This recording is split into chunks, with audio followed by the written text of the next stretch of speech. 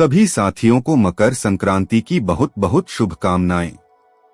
मकर संक्रांति सनातन धर्म का अत्यंत पावन पर्व है। यह केवल एक त्योहार नहीं बल्कि आध्यात्मिक जागरण, दान और पुण्य अर्जन का विशेष अवसर है। साथियों, तिल को शास्त्रों में पाप नाशक और अमृत तुल्य माना गया है। तिल दान करने से पितृ दोष शांत होती है, दरिद्रता और दुर्भाग्य दूर होते हैं। शास्त्रों में वर्णन है कि जो व्यक्ति मकर संक्रांति की कथा श्रद्धा से सुनता है, उसे अनजाने में किए गए दोषों से मुक्ति मिलती है और धर्मराज और सूर्यदेव की कृपा प्राप्त होती है। जीवन में किए गए पापों का प्रायश्चित होती है। प्रिय साथियों, कथा को अंत तक अवश्य सुने। यह कथा है एक ऐसे गांव की जो गंगा की निर्मल धारा के किनारे बसा था, जहां की हवा में मंदिरों की घंटियों का स्वर और धूप दीप की सुगंध घुल मिल जाती थी। गांव का नाम था कनकधारा और यहाँ के लोग अपने सरल जीवन, अटूट विश्वास और सनातन धर्म की गहरी जड़ों से पहचाने जाते थे। इसी कनकधारा में रहती थी एक माँ यशोदा। यशोदा का जीवन उसका जीवन तो जैसे एक अधूरी कविता सा था। विधाता ने उसके भाग्य में दुख और त्याग ही लिखा था। क्या बताऊं? 12 वर्ष पहले जब वह ब्याह कर इस गांव में आई थी तो उसकी आंखों में सुनहरे सपने थे, पर नीति को कुछ और ही मंजूर था। मेरे भाइयों, विवाह के 2 ही वर्ष बाद एक भयंकर महामारी ने उसके पति को उससे छीन लिया। हाय रे मेरी किस्मत, वो अक्सर बुदबुदाती थी। मेरा सिंदूर धुल गया, मेरा संसार उजड़ गया। मगर एक नन्ही सी कोपल थी जो उसके आंसुओं को पचने का प्रयास करते। एक शिशु जो उसकी सुनी गोद में आशा का सूरज बनकर आया। उसका इकलौता बेटा गोपाल। गोपाल, मेरा गोपाल। वो नाम लेते और उसकी आंखों में एक अजीब सी चमक आ जाती। गोपाल, जिसका अर्थ है जीवन, ईश्वर का दिया हुआ प्राण पर विधाता का कैसा न्याय था। जिसे नाम ही जीवन मिला था, उसी के जीवन पर हर पल मृत्यु की काली छाया मंडराती रहती थी। अरे, जन्म के समय से ही वह कमजोर था, नन्हा सा, हड्डियों का ढांचा मात्र। गांव के वैद्य कहते थे, बहन यशोदा, यह बालक अधिक दिन का मेहमान नहीं है। इसके प्राण तो जैसे धागे से लटके हैं। यह शब्द नहीं थे। यशोदा के सीने पर गर्म लोहे के दाग थे। एक एक शब्द उसके हृदय को छलनी कर देता था। नहीं हो सकता। वो चीख उठती, अपने कलेजे के टुकड़े को सीने से भी लेती। मेरा गोपाल जिएगा, मेरा गोपाल जरूर जिएगा। यशोदा की आंखों में रात रात भर नींद कहाँ।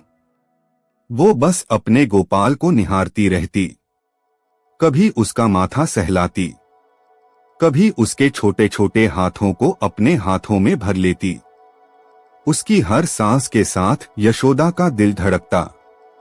अगर गोपाल जरा सा खांस देता तो यशोदा का कलेजा मुंह को आ जाता। क्या हुआ मेरे बच्चे को, क्या हुआ? वो पागलों सी हो जाती। उसने कितने मंदिरों की सीढ़ियां घिसी, कितनी मन्नतें मांगी। हर देवी देवता के चरणों में उसने अपना सर्वस्व अर्पित कर दिया था। उसका जीवन बस एक ही प्रार्थना बन गया था, हे ईश्वर, मेरे बेटे को बचा ले। मेरे प्राण ले पर मेरे गोपाल को जीवन दे दे। कनकधारा गांव में एक बहुत पुरानी पूजनीय साध्वी थी जिन्हें ज्ञानमयी माँ कहते थे। एक दिन यशोदा अपने सूखे आंचल में अपने दुबले पतले गोपाल को लपेटे ज्ञानमय माँ के पास पहुंची। उसकी आंखें लाल सूझी हुई थी, शरीर थका हुआ, पर मन में एक अग्नि जल रही थी। अपने बच्चे को बचाने की अग्नि। ज्ञानमय माँ यशोदा की आवाज कांप रही थी, मेरे प्राण सूख रहे हैं। वैद्य ने जवाब दे दिया है, मेरा गोपाल। बस वो फूट फूट कर रो पड़ी। ज्ञानमय माँ ने करुणा से उसे देखा। उनके चेहरे पर एक अलौकिक शांति थी। उन्होंने गोपाल के माथे पर हाथ फेरा और फिर यशोदा की आंखों में झांका।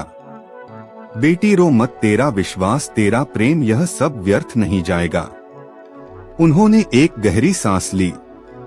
सुन, मैं तुझे एक मार्ग बताती हूँ, एक कठोर मार्ग, पर अगर तूने उसे श्रद्धा से निभाया तो स्वयं मृत्यु भी तेरे पुत्र का बाल भी बांका नहीं कर पाएगी। यशोदा की आंखों में एक चमक, कौंधी, कोई भी मार्ग कितना भी कठोर, मैं सब करूंगी माँ, बस मेरा गोपाल। हर वर्ष ज्ञानमय माँ ने धीमे गंभीर स्वर में कहा। मकर संक्रांति के पावन पर्व पर सूर्य के उत्तरायण होने पर तू स्नान कर पवित्र होकर मकर स्नान का व्रत लेना, पूरे दिन निराहार रहना, फिर अपनी सामर्थ्य अनुसार दान करना, तिल गुड़ कंबल अनाज जो भी हो सच्चे हृदय से, और सबसे महत्वपूर्ण बेटे, पूरी श्रद्धा से सत्यनारायण कथा का पाठ सुनना या करवाना। यह सब तू अपने गोपाल की दीर्घायु के लिए करना, बिना किसी संशय के, बिना किसी स्वार्थ के। तेरा अखंड विश्वास ही तेरे व्रत का फल होगा, यही तेरा कवच होगा, यही तेरे पुत्र का जीवन। ज्ञानमय माँ के यह शब्द यशोदा के लिए जैसे साक्षात ईश्वर का संदेश थे। उसके मन में एक नया उत्साह, एक नया संकल्प जाग उठा। हाँ, मैं करूंगी, मैं सब करूंगी। उसने मन ही मन प्रतिज्ञा ली। और तब से हर वर्ष जब पौष मास का कठोर शीत अपनी चरम पर होता और सूर्यदेव अपनी दिशा बदलने को होते, यानी मकर संक्रांति का पावन दिन आता, यशोदा का व्रत शुरू हो जाता। अरे तुम क्या जानो, सुबह सुबह जब पूरा गांव ठिठुर रहा होता, अंधेरे में लिपटा होता, यशोदा उठ जाती, कनकधारा की बर्फीली नदी में डुबकी लगाती, श्री गंगा मैया की जय उसके हंठ कांपते पर उसकी आत्मा में एक अग्नि जलती। वो पवित्र होकर आते और अपने छोटे से घर के आंगन को लीप पोत कर स्वच्छ करते। उसके पास धन दौलत कहाँ थी? पति के जाने के बाद जो थोड़ी बहुत जमीन थी उसी से गुजारा चलता, पर दान तो उसे करना ही था। वो एक एक दाना, एक एक तिल का संग्रह करते। कभी अपनी साड़ियों में से एक पुरानी साड़ी निकाल कर देते, कभी पड़ोसियों से थोड़ा सा गुड़ मांगकर दान करते।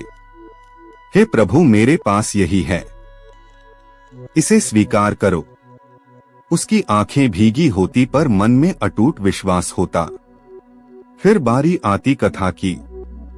सत्यनारायण भगवान की जय। वह गांव के पंडित जी को बुलाती, या अगर वह ना आ पाते तो स्वयं अपने टूटे फूटे शब्दों में पर पूरे भाव से कथा का पाठ करते या सुनते। उसके मुख से एक भी शब्द व्यर्थ नहीं निकलता। हर शब्द में उसके गोपाल की आयु, उसके प्राणों की रक्षा की प्रार्थना छिपी होती। वो घंटों भगवान के चरणों में बैठी रहती। उसकी आंखें नम, पर चेहरे पर एक अजीब सी शांति और चमत्कार देखो। जैसे जैसे साल बीतते गए, गोपाल जो कभी इतना कमजोर था कि लगता था एक हवा का झोंका उसे उड़ा ले जाएगा, धीरे धीरे मजबूत होने लगा। उसकी आंखें जो पहले हमेशा बुझी बुझी सी रहती थी, उनमें अब एक नई चमक थी। वो दौड़ता, खेलता, हंसता, बिल्कुल दूसरे बच्चों की तरह। गांव वाले अचंभित थे। अरे यह तो वही बालक है जिसे वैद्य ने मरणासन्न घोषित कर दिया था। वे यशोदा की श्रद्धा को प्रणाम करते, उसकी भक्ति की मिसाल देते। देखो तो माँ की तपस्या ने तो मौत को भी झुका दिया। 10 वर्ष बीत गए, 10 मकर संक्रांतियां। 10 वर्षों तक यशोदा ने एक भी व्रत नहीं छोड़ा, एक भी दान छोटा नहीं समझा, एक भी कथा का क्षण उसकी श्रद्धा से विमुख नहीं हुआ। गोपाल अब 11 वर्ष का था, एक हंसता खेलता चंचल बालक। उसकी आवाज से घर गूंज उठता था। यशोदा का जीवन अब सुख से भर गया था, पर उसके मन में वो डर कभी पूरी तरह से गया नहीं था।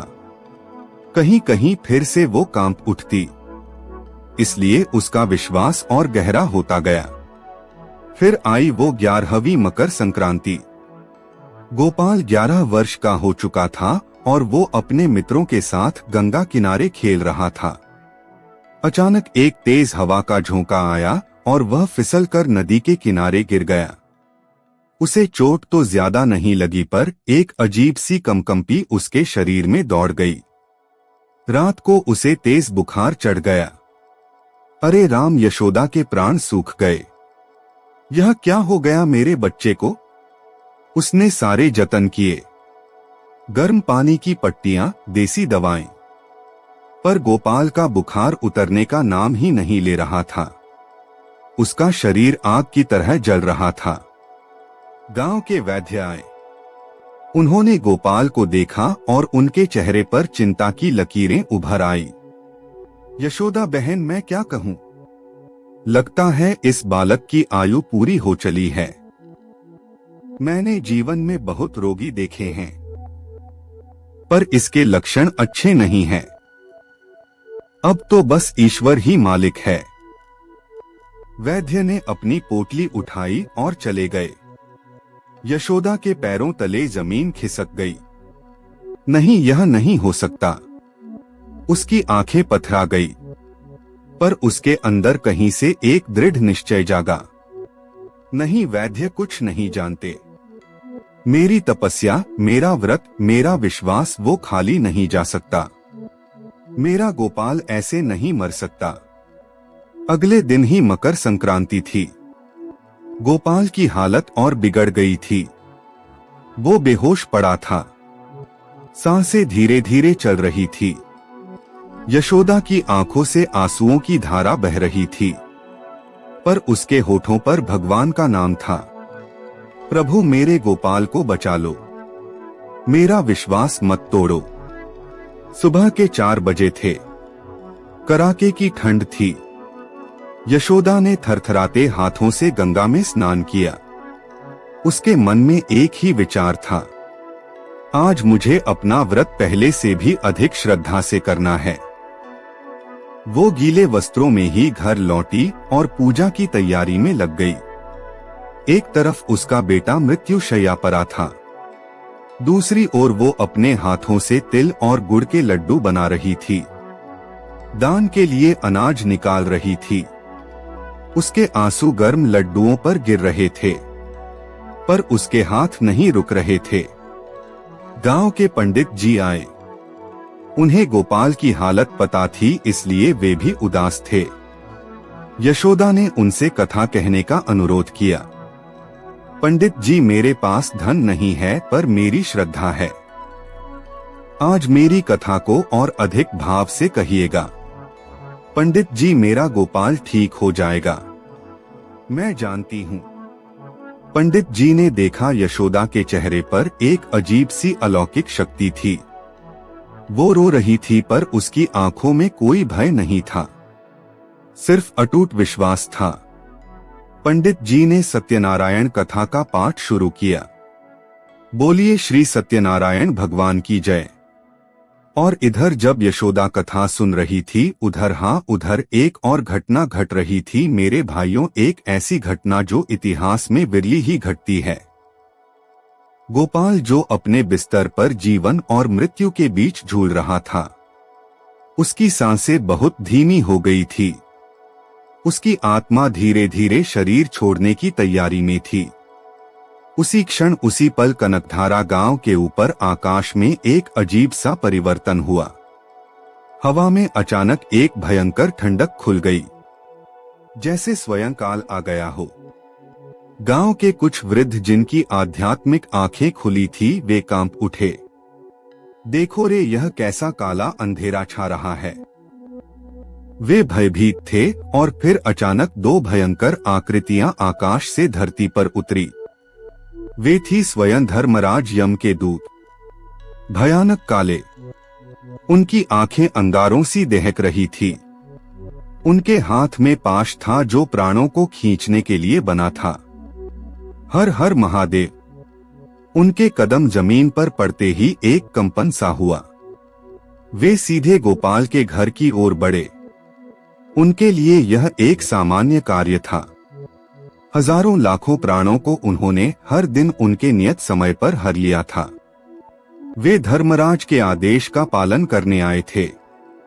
गोपाल की आयु आज पूर्ण हो चुकी थी। वे गोपाल के बिस्तर के पास पहुंचे। गोपाल का नन्हा सा शरीर बेजान पड़ा था। उसकी आंखें अध खुली थी और उनमें एक अजीब सी चमक थी। भाई की या शायद अंतिम विदाई की। दूतों ने अपना पाश उठाया। गोपाल की आत्मा को खींचने के लिए तैयार हुए। रुको! एक गगन भेदी आवाज, एक ऐसी गर्जना जिसने समस्त ब्रह्मांड को हिला दिया। क्या? दूतों के हाथ जहां थे वहीं ठिठक गए। उनके भीतर भय समा गया। यह आवाज किसकी थी? इतनी प्रबल, इतनी शक्तिशाली। आकाश में एक तेज प्रकाश पुंज फैला। वो प्रकाश इतना दिव्य था कि दूतों की आंखें चौंधी आ गई। और उस प्रकाश के बीच से एक तेजस्वी आकृति प्रकट हुई। उनके सिर पर स्वर्ण मुकुट, हाथों में दंड और नेत्रों में त्रिभुवन का न्याय। अरे वे तो स्वयं धर्मराज थे। जय धर्मराज प्रभु की। दूतों ने सिर झुका लिया। प्रभु, दूतों ने कांपते हुए कहा, हमने आपका ही आदेश पालन करने के लिए आए थे। इस बालक गोपाल की आयु आज पूर्ण हो चुकी है। नीति के विधान अनुसार हमें इसके प्राण हरने हैं। धर्मराज की आंखों में एक अजीब सा भाव था। न्याय का, पर उसमें करुणा का अंश भी था। उन्होंने अपने दूतों को देखा, फिर अपनी दृष्टि गोपाल पर डाली और फिर उनकी दृष्टि उस घर के आंगन में बैठी यशोदा पर पड़ी, जो कथा सुन रही थी, जिसके मुख पर आंसू और श्रद्धा का अद्भुत संगम था। दूतों, धर्मराज की आवाज में एक गंभीरता थी जो उनके न्याय सिंहासन से भी ज्यादा प्रभावशाली थी। तुम सत्य कहते हो कि नियति ने इसके लिए यही लिखा था। तुम सत्य कहते हो कि इसकी आयु आज पूर्ण हो चुकी है, और तुम सत्य कहते हो कि तुम केवल धर्म का पालन कर रहे हो। दूतों ने सिर उठाया आशा में कि अब उन्हें आदेश मिलेगा, किंतु धर्मराज की आवाज अब और बुलंद हुई जैसे आकाश में बादल गरज रहे हो। किंतु आज तुम नीति को टालोगे। आज तुम मेरे आदेश का पालन नहीं करोगे। आज इस बालक के प्राण नहीं हरे जाएंगे। दूत अचंभित रह गए। प्रभु, यह आप क्या कह रहे हैं? नीति का विधान भला कैसे बदल सकता है? आपके ही आदेश से चलता है सारा संसार। आपने ही तो कर्म और फल का सिद्धांत स्थापित किया है। धर्मराज मुस्कुराए, एक ऐसी मुस्कान जो ज्ञान और करुणा से भरी थी। दूतों, तुम सिर्फ नियमों को जानते हो, तुम सिर्फ विधान को जानते हो, पर तुम उस शक्ति को नहीं जानते जो इन नियमों को भी अपने अटूट विश्वास से झुका देती है। तुम उस प्रेम को नहीं जानते जो मेरे जैसे नियामक को भी विवश कर देता है। उन्होंने अपनी उंगली यशोदा की ओर उठाई, जो अपने आंचल से आंसू पूछते हुए पंडित जी के हर शब्द को अपने हृदय में उतार रही थी। देखो उसे, उस माँ को देखो, उसके तप को देखो, उसके निस्वार्थ प्रेम को देखो। हर वर्ष हर मकर संक्रांति पर उसने निराहार रहकर अपनी एक एक पाई दान करके हर कष्ट सहकर अपने इस पुत्र की लंबी आयु के लिए प्रार्थना की है। उसके एक एक शब्द में, उसके एक एक आंसू में, उसके एक एक दान में मेरे लिए, उस परमपिता परमात्मा के लिए इतना अटूट विश्वास, इतनी अखंड श्रद्धा भरी है कि आज उस श्रद्धा ने मृत्यु को भी रोक दिया है। धर्मराज की आंखों में एक अद्भुत तेज था। माँ की श्रद्धा, माँ का प्रेम, माँ का त्याग। यह केवल भावनाएं नहीं है दूतों, यह ब्रह्मांड की सबसे बड़ी शक्ति है। यह वह शक्ति है जिसके सामने स्वयं काल भी नतमस्तक हो जाता है। यह वह शक्ति है जो मेरे न्याय के तराजू को भी झुका देती है। और फिर उन्होंने वह अमर वाक्य कहे जो युगों युगों तक एक सत्य बन गए। माँ की श्रद्धा ने आज मृत्यु को भी रोक दिया है।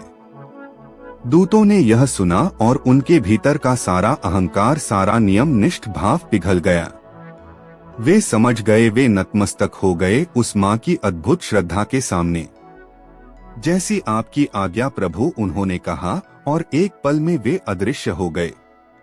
धर्मराज भी एक मुस्कान छोड़ते हुए उसी दिव्य प्रकाश में विलीन हो गए। इधर पंडित जी ने कथा समाप्त की। सत्यनारायण भगवान की जय। यशोदा ने अपनी आंखें खोली। उसके मन में एक अजीब सी शांति और हल्कापन था, जैसे कोई भारी बोझ उतर गया है। वो धीरे से उठी और अपनी गोपाल के पास आई। उसने देखा, अरे यह क्या! गोपाल की आंखें धीरे धीरे खुल रही थी। उसका शरीर जो कुछ देर पहले आग की तरह तप रहा था, अब ठंडा पड़ रहा था। उसका चेहरा जो पीला और निस्तेज हो गया था, उस पर एक हल्की सी लाली छा रही थी। माँ, गोपाल ने धीमी आवाज में पुकारा। गोपाल, यशोदा के मुख से एक चीख निकली, पर वो चीख भय की नहीं, असीम आनंद की थी। उसके आंसू थम नहीं रहे थे। वो अपने बेटे के सिर को अपने हाथों में भर कर रोने लगी, पर अब उसके आंसू गर्म नहीं थे। वे शीतलता और कृतज्ञता के आंसू थे। मेरा बच्चा, मेरा गोपाल। गांव के लोग भी इकट्ठा हो गए थे। उन्होंने देखा गोपाल को उठते हुए, उसकी आंखों में जीवन की चमक लौटते हुए। वे सब हतप्रभ थे। वैद्य जो उसे मरा हुआ मानकर चला गया था, जब वापस आया तो उसने गोपाल को हंसते खेलते देखा। चमत्कार, यह तो साक्षात चमत्कार है। मैंने जीवन में कभी ऐसा नहीं देखा। यह तो माँ की श्रद्धा का प्रताप है। और तब से गोपाल कभी बीमार नहीं बुरा। वो स्वस्थ, बलवान और दीर्घायु हुआ। वो बड़ा होकर एक धर्मात्मा पुरुष बना, जिसने अपनी माँ के त्याग और ईश्वर की कृपा को कभी नहीं भुलाया। उसने जीवन भर अपनी माँ की सेवा की और उस गांव में यशोदा की कथा अमर हो गई। हर मकर संक्रांति पर कनकधारा गांव में यशोदा की कथा सुनाई जाती और हर कोई उस माँ के अटूट विश्वास को प्रणाम करता, जिसने अपनी श्रद्धा से स्वयं मृत्यु को भी झुकने पर विवश कर दिया था। सच ही कहा है, इस संसार में माँ की श्रद्धा से भरा कोई बल नहीं, उसके प्रेम से भरी कोई तपस्या नहीं और उसके निस्वार्थ कर्म से बड़ा कोई पुण्य नहीं। यह कथा आज भी हम सबको यही सिखाती है, मेरे भाइयों की श्रद्धा हो तो ऐसी हो, माँ का हृदय हो तो ऐसा हो और विश्वास हो तो ऐसा हो जो स्वयं काल को भी पराजित कर दे। बोलिए श्री सत्यनारायण भगवान की जय। माँ यशोदा की जय। प्रिय साथियों, इस वीडियो में मकर संक्रांति की पावन व्रत कथा यहीं पर समापन होती है। हम कामना करते हैं कि भगवान सूर्यदेव धर्मराज यम की कृपा आप सभी पर बनी रहे। जय सूर्यदेव।